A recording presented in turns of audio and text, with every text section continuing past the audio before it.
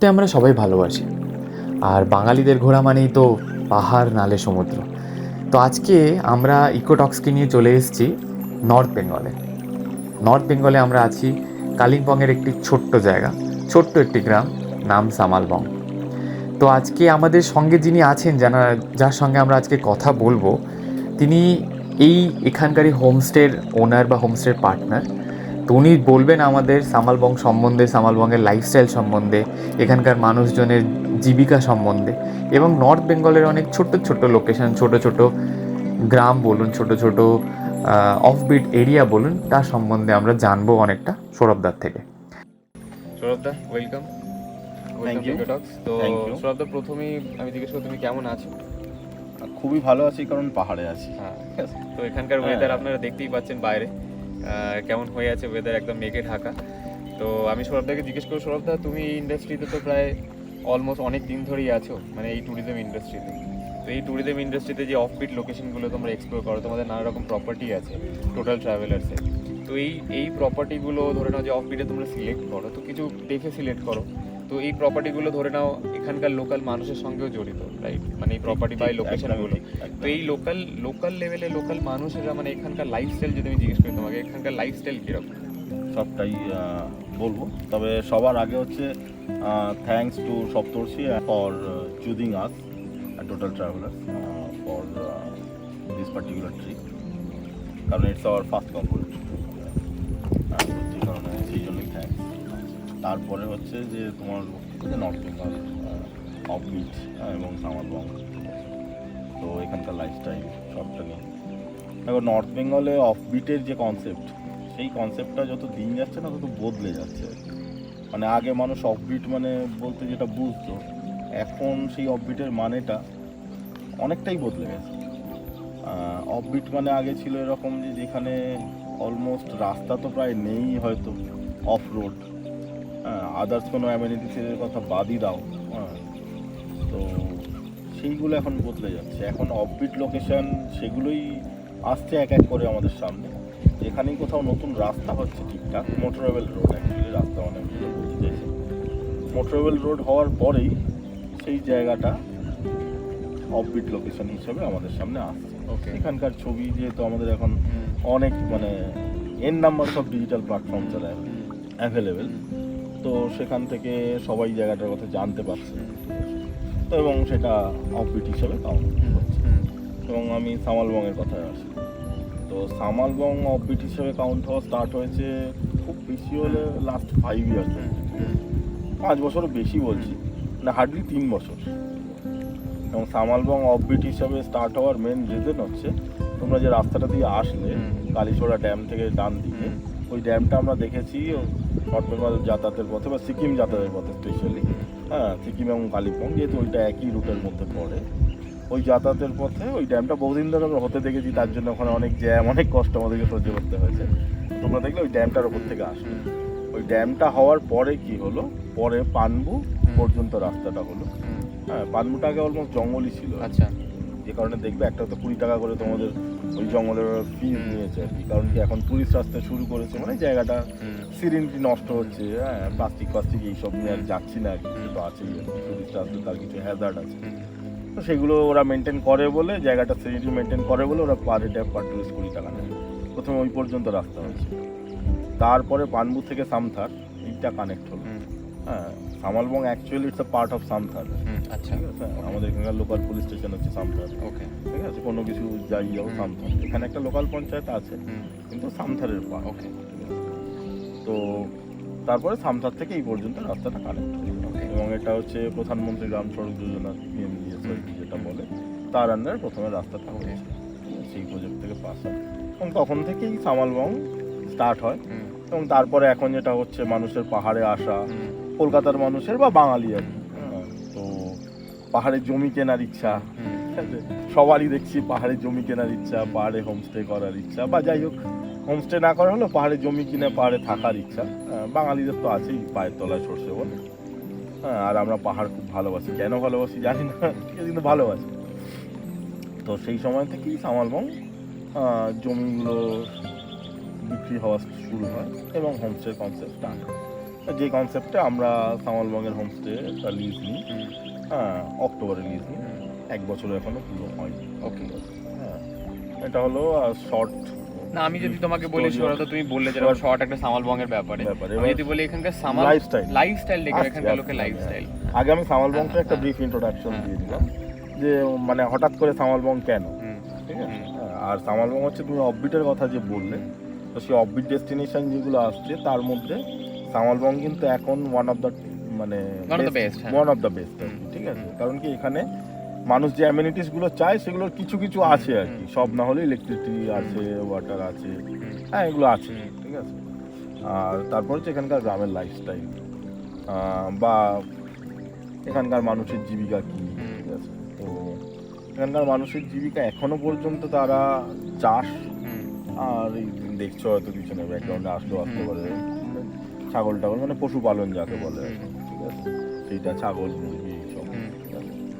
আর হচ্ছে ট্যুরিজমের উপর ডিপেন্ড করছে, আস্তে আস্তে করা স্টার্ট হয়েছে এখনো, কিন্তু মানে মোস্ট অফ দ্য মেজরিটি আর কি, মানে 70 to 80% লোক এখনো কিন্তু ওই এখানকার যে ন্যাচারাল রিসোর্স তার উপরই আর কি ডিপেন্ডেন্ট।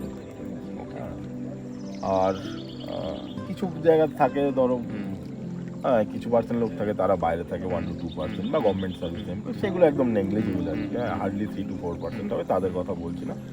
বাকি 10 to 20% they are shifting to homestay business and also the providing the logistic support, মানে বলছি গাড়ি ট্রান্সপোর্টেশন রাইডিং, এখানে 10 to 20% লোক এখনো আছে। হয়তো মেবি সামনের 5 years ডাউন দ্য লাইন এই রেশিওটা চেঞ্জ হবে, যেটা আমি ফিল করছি, ঠিক আছে। কারণ এখানে প্রচুর হোমস্টে হচ্ছে, শুধু হোমস্টে নয়, দেখলে আমাদের হোমস্টে ঠিক একটা হোটেল অ্যান্ড রিসর্ট হচ্ছে, একটা বিগ ইনভেস্টমেন্ট, তো এটা হচ্ছে এখানকার মানুষের লাইফস্টাইল এখন টিল নাও। তো এছাড়া আমি যেটা আরেকটা জিনিস জিজ্ঞাসা আমার সৌরভদা, যে তোমরা ইন্ডাস্ট্রিতে এতদিন আছো, তোমরা টোটাল ট্রাভেলার্সের মানে হয়ে কাজ করছো, এরকম অফবিট অনেক লোকেশন আছে নর্থ বেঙ্গলে, রাইট? যেমন সামালবঙ্গ একটা ওয়ান অফ দ্য লোকেশন। তো এরকম আর কি অফবিট লোকেশন আছে যেখানে কিনা অনেকে যেতে পারে, ধরুন একদম অফবিট, লাইক দার্জিলিং হোক, কার্শিয়াং হোক, কালিম্পং, এগুলো ওয়েল নোন লোকেশন, ঠিক আছে। এছাড়া সেখানে হয়তো অনেক ভিড় থাকে, অনেকে ধরে নাও সব অ্যামিনিটিস হয়তো আছে, কিন্তু অনেকে পছন্দ করেন একটু আমি আইসোলেটেড থাকবো, আমি নেচারের সঙ্গে থাকবো। যেমন এখানে এই প্রকৃতির যে দৃশ্য দেখা যাচ্ছে, এখানে পুরোপুরি একদম এখানে মেঘে ঢেকে গেছে, বৃষ্টি পড়ছিল কিছুক্ষণ আগে, হ্যাঁ। তো এই যে নেচারের সঙ্গে থাকা, তো এটা অনেকে পছন্দ করে। তেমন আর কি অফবিট লোকেশন আছে যেটা কিনা এক্সপ্লোর করতে পারে, এখনো হয়তো সেভাবে এক্সপ্লোর হয়নি? আচ্ছা, মানে নতুন আপকামিং অফবিটের কথা বলতে চাই, বা যারা যেতে রেকমেন্ড, মানে এক্সিস্টিং অফবিট বললে দেখো, মানে এর নাম্বার সব আর কি লিস্ট শেষ হবে না আর কি, এখন এত আছে।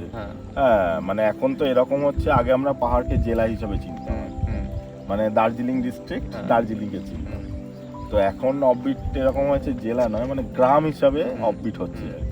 পাহাড়ের কোনো একটা জায়গায় যেটা বললাম যে রাস্তাটা হয়ে গেল, আর সেখানকার গ্রামটার নামেই সেই লোকেশনটা অফবিট হয়ে যাচ্ছে।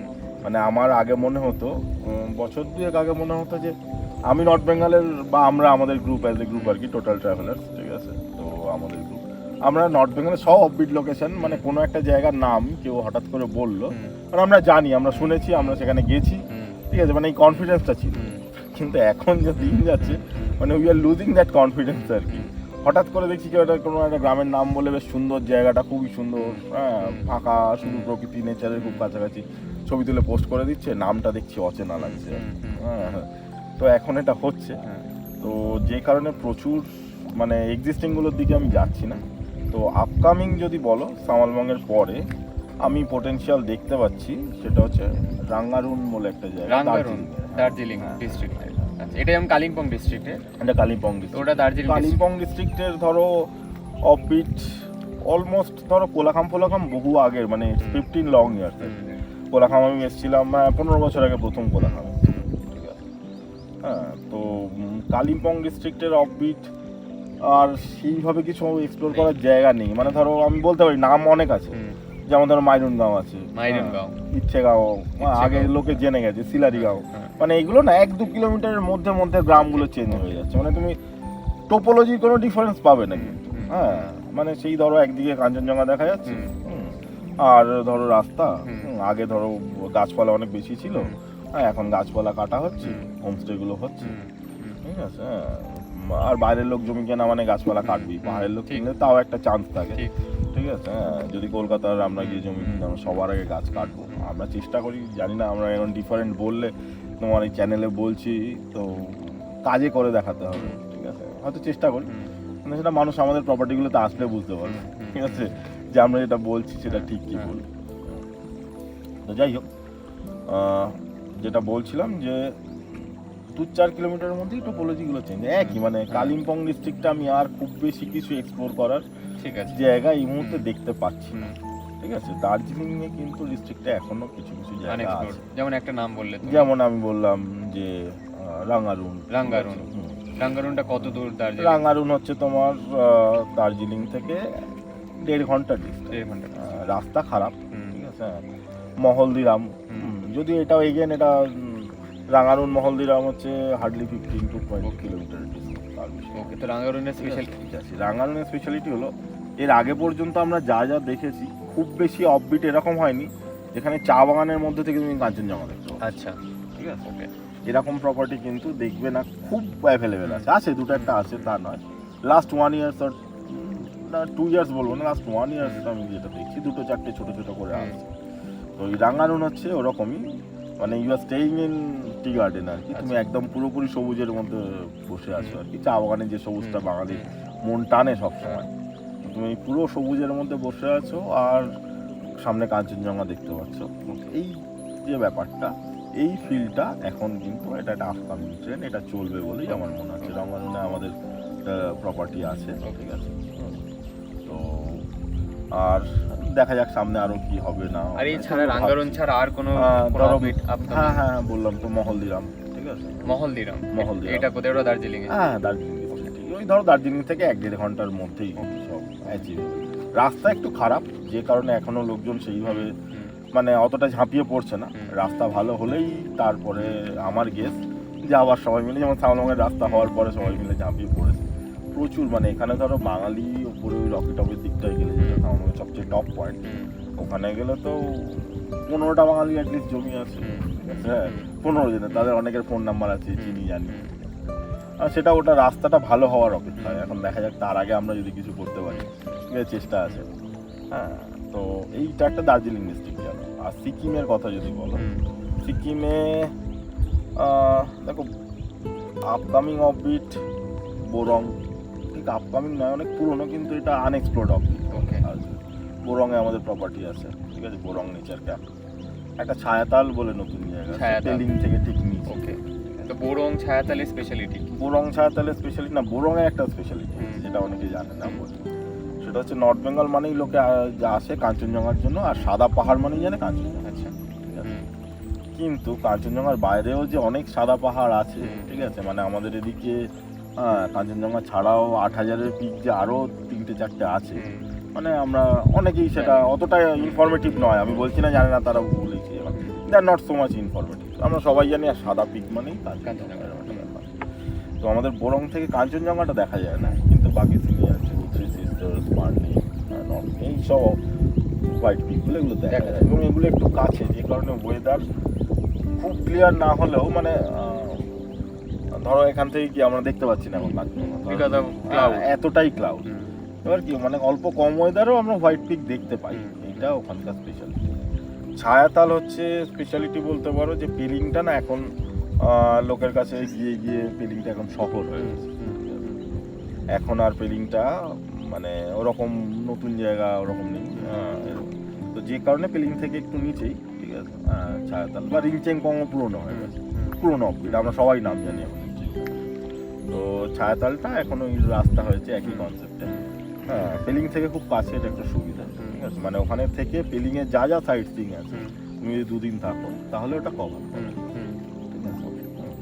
এইটা হচ্ছে স্পেশালিটি, ঠিক আছে, যা যা পেলিংয়ের সাইট সিইং সব, মানে তুমি স্কাই ওয়াক তো পেলিংয়ে ইটসেলফ, সেটা বাদ দাও, ধরো তুমি যদি বলো কাঞ্চনজঙ্ঘা ফলস, ঠিক আছে, কেচিপেড়ি লেক, ঠিক আছে, তারপর উপরের দিকে আর কি তেনতাম ভ্যালি, সিংসোল ব্রিজ, হ্যাঁ যেটা অনেকেই জানে না যে second highest hanging bridge of Asia, ঠিক আছে। হ্যাঁ, উত্তরে এই সব জায়গাগুলোই 2-2.5 ঘন্টার মধ্যে ছায়াতাল থেকে ছায়াতাল থেকে কভার করে, মানে পেলিং থেকে তুমি যা যা কভার করতে পারো ছায়াতাল থেকেই সব পয়েন্টগুলো কভার হবে, ছায়াতালের এই গেল। আর সিকিমের এই এটা হচ্ছে অফবিট দেখতে পাচ্ছি, আর বাকি জায়গাগুলো তো এখন সিকিম নতুন করে হচ্ছে। বোরং বললে তুমি, বোরং সেম ওরকম। হ্যাঁ, বোরংটা যেটা বললাম যে কাঞ্চনজঙ্ঘা ছাড়া বাকি হোয়াইট পিক দেখা যায়, বাকি হোয়াইট পিক দেখা যায়, এটা হচ্ছে বোরং স্পেশালি। আর তোমার সিকিমের বাকি জায়গাগুলো না এই সিল্ক রুট এগুলো পুরনো, ঠিক আছে। তাও সিল্ক রুটের একটা জায়গার আমার পোটেনশিয়াল আছে বলে মনে হয়, সেটা হচ্ছে তোমার মুলকারখা লেক। আচ্ছা, মুলকারখা লেক হচ্ছে মাংকিম থেকে কাছে, কিন্তু রাস্তাটা খুবই খারাপ।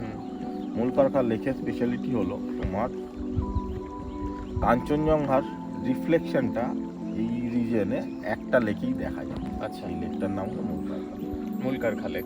এটা কোথা দিয়ে যেতে হয়? এটা তোমার মাংকিম মানে সিল্ক রুটেরই পার্ট আর কি। ওকে, যারা সিল্ক রুট যাবে মুলকারখা লেকের, এবার ওইখানেই একদম এক্স্যাক্টলি এখনো পর্যন্ত কোনো হোমস্টে হয়নি, পারমিশন ইস্যু আছে কিছু, জানি না সেটা উঠে যাবে হয়তো, ঠিক আছে। কারণ মানুষ তো আমরা যত দিন যাচ্ছি প্রকৃতির কাছে যাওয়ার নামে আমার যেটা রিয়েলাইজ, আমরা প্রকৃতিকে ধ্বংস করছি বা নষ্ট করছি, তো জানি না কবে উঠবে সেটা। ওই জায়গাটার একটা রাস্তাটা হলে ওটার একটা পোটেনশিয়াল আছে, কারণ দ্যাট ইজ দ্য ইউএসপি আর কি, ঠিক আছে, যে তুমি লেকে কাঞ্চনজঙ্ঘা রিফ্লেকশনটা দেখতে পাচ্ছ, এটা হচ্ছে মুলকারখা। এছাড়া বাকি সিকিমে এত চারিদিকে রাস্তা হচ্ছে, আমাদের মোদিজি বলেছেন রেল চালাবেন, হ্যাঁ, তো টানেল হচ্ছে, তার জন্য সিকিমের ভালো হচ্ছে কি খারাপ হচ্ছে এটা তো মানে ইতিহাসের দিকে টাইম উইল টেল, কিন্তু আমাদের রেফারেন্স আছে আর কি, তো এখন জানি টানেল হলে পাহাড়ের মধ্যে কি হতে পারে। অলরেডি আমরা তার কিছুদিন আগেই সিকিমের বন্যার পেয়েছি, যে কারণে এখনও গুরুদংমলের টিল ডেট আমাদের কাছে নট রিচেবল আর কি, হ্যাঁ, যাওয়া যাচ্ছে না গুরুদংমলের পারমিশন। তো যাই হোক, এটা তো সরকারি সিদ্ধান্ত, এখানে আমার কিছু বলার নেই। তো সিকিম নিয়ে এই সিকিমের মধ্যে পোটেনশিয়ালটা আমি কম দেখছি, কারণ সিকিম নতুন করে ভাঙছে চড়ছে, তো হ্যাঁ, রাস্তাঘাট কখনো বন্ধ থাকছে, কখনো খোলা থাকছে, চারিদিকে বড় বড় হাইওয়ে হচ্ছে, অন্যরকম। তো আমি সৌরভদা একটা জিনিস জিজ্ঞেস করি, যে এই লোকেশনগুলো বললে ছায়াতাল, বোরং, ইভেন দার্জিলিং ডিস্ট্রিক্টের আরও 2-4টা লোকেশন বললে, এই লোকেশনগুলো যাওয়ার আইডিয়াল টাইম কোন টাইমে, আর কোন টাইমে গেলে সেই জিনিস দেখা যায়? মানে এখন দেখতে পাচ্ছি একটু মনসুন পিরিয়ড, তাই জন্য ওয়েদার ক্লিয়ার না, কিন্তু এর একটা আলাদা মাধুর্য আছে, মানে আলাদা একটা ওয়েদার, মানে এই যে পেছনে এখানে যেমন এখানে এক্ষুনি বৃষ্টি হলো, আবার রোদ্দুর উঠে যাচ্ছে, মেঘে ঢাকা, তো এইরকম বেস্ট টাইম যদি বলি। তুমি না একটা ভুল লোককে একটা ভুল প্রশ্ন করে ফেলো, মানে একটা প্রশ্ন করেছো, প্রশ্নটা ভুল নয়, কিন্তু প্রশ্নটা তুমি ভুল লোককে করে ফেলেছো, এটা একটা সমস্যা। তুমি যদি আমাকে জিজ্ঞেস করো না, আমি তো বলবো পাহাড়টা সবসময় ভালো। ওকে, ঠিক আছে, হ্যাঁ, মানে আমার কাছে there all time are best আর কি, 365 days are best for staying in mountain. হ্যাঁ, কিন্তু এখন তুমি যদি বলো যে বাকি ধর নর্মালি যারা ঘুরতে আসতে চায় আর কি, হ্যাঁ, তো তাদের জন্য বেস্ট টাইম আমার কাছে অক্টোবর 15 টু মার্চ 15। ওকে, ওই টাইমে ওয়েদারটা ক্লিয়ার থাকে, ওই টাইমে কিন্তু আমরা নীল আকাশ পাই, হ্যাঁ, কাঞ্চনজঙ্ঘার ভিউয়ের চান্স প্রবাবিলিটি সবচেয়ে বেশি থাকে। কিন্তু কী হয়, আমরা তো কারণ ঘোরাটা তো শুধু ওই প্রকৃতি কত ভালো দেখতো তার উপর ডিপেন্ড করে হয় না, অনেক ফ্যাক্টর থাকে, হ্যাঁ, যারা ফ্যামিলি ম্যান বিশেষ করে তাদের ধরো ছেলে মেয়েদের ছুটি, এইসব ফ্যাক্টর থাকে। তো ওই জন্য গ্রীষ্মের ছুটিটাতে প্রচুর ট্যুরিস্ট আসে, যেমন আসছে।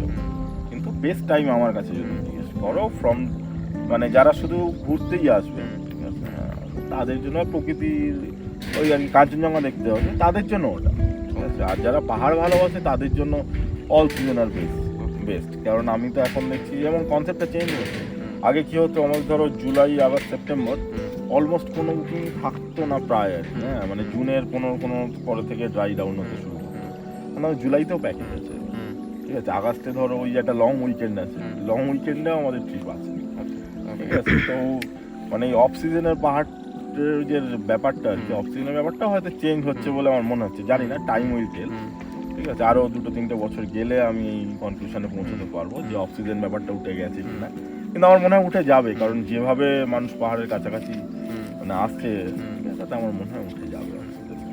তো আর তুমি বলছো সবসময় মানে সবসময় পাহাড়ে আসা? আমার তো পাহাড়ে কদিন আগে ফেসবুকে একটা পোস্ট করেছি, দেখবে যে আমার তো পাহাড়ের সব ভালো লাগে, পাহাড়ের মেঘ ভালো লাগে, পাহাড়ের বৃষ্টি ভালো লাগে, পাহাড়ের সন্ধে ভালো লাগে, ঠিক আছে। আর নীল আকাশ কাঞ্চনজঙ্ঘা ওটা তো বলার অপেক্ষা নেই, ওটা তো সবচেয়ে ভালো, কিন্তু আমার পাহাড়ের সব ভালো লাগে। এই যে ধরো হালকা হালকা বৃষ্টি হচ্ছে, এই মাইন গাছ চল্লায় আমরা দাঁড়িয়ে আছি, হ্যাঁ দাঁড়িয়ে পডকাস্ট করছি, মানে আই এম ফিলিং গুড আর কি, ঠিক আছে। মানে আমার কাছে এটাই বেস্ট টাইম, খুব ভালো সময় কাটাচ্ছি। তা আমি লাস্ট জিজ্ঞেস করছি সামালবঙ্গের ব্যাপারে। সামালবঙ্গে তো এই পুরোপুরি নেচারের কাছে একদমই আইসোলেটেড, একটা দুটো হোমস্টে আছে, আর কিছু নেই। আচ্ছা, সামালবঙ্গের একটা স্পেশালিটি আমি ভুলে গেছি মেনশন করতে, সেটা হলো এখানে একটা মানে 180 ডিগ্রি তো অবশ্যই অলমোস্ট 360 একটা ভিউ পাওয়া যায় আর কি, ঠিক আছে। কিন্তু 180 যে ভিউটা পাওয়া যায় সেটা হচ্ছে পুরো রেলি আর তিস্তার একটা ভিউ পাওয়া যায়, যেখানে প্রায় 13টা মতন টার্নিং, যদি ওয়েদার পুরো ক্লিয়ার থাকে, ঠিক আছে, হ্যাঁ 13টা মতো দিক মিলিয়ে টার্নিং দেখতে পাওয়া যায়। ওকে। তো ওই ওপর থেকে তুমি কালকেও কিছুটা ভিউ পেয়েছো, মানে পুরো ভ্যালির যতটা clear মধ্যে ছিল। দিয়ে দেখা যায়। হ্যাঁ একদম ওই ভিউ পয়েন্টটা থেকে, ঠিক আছে, পুরো যে মানে হরিজনটা দেখতে পাই আর কি, ওই সবকটা টার্নিং দেখতে কিন্তু অসাধারণ লাগে। আর যদি ওয়েদার ক্লিয়ার থাকে তাহলে তো সবটা ভিজিবল অসাধারণ।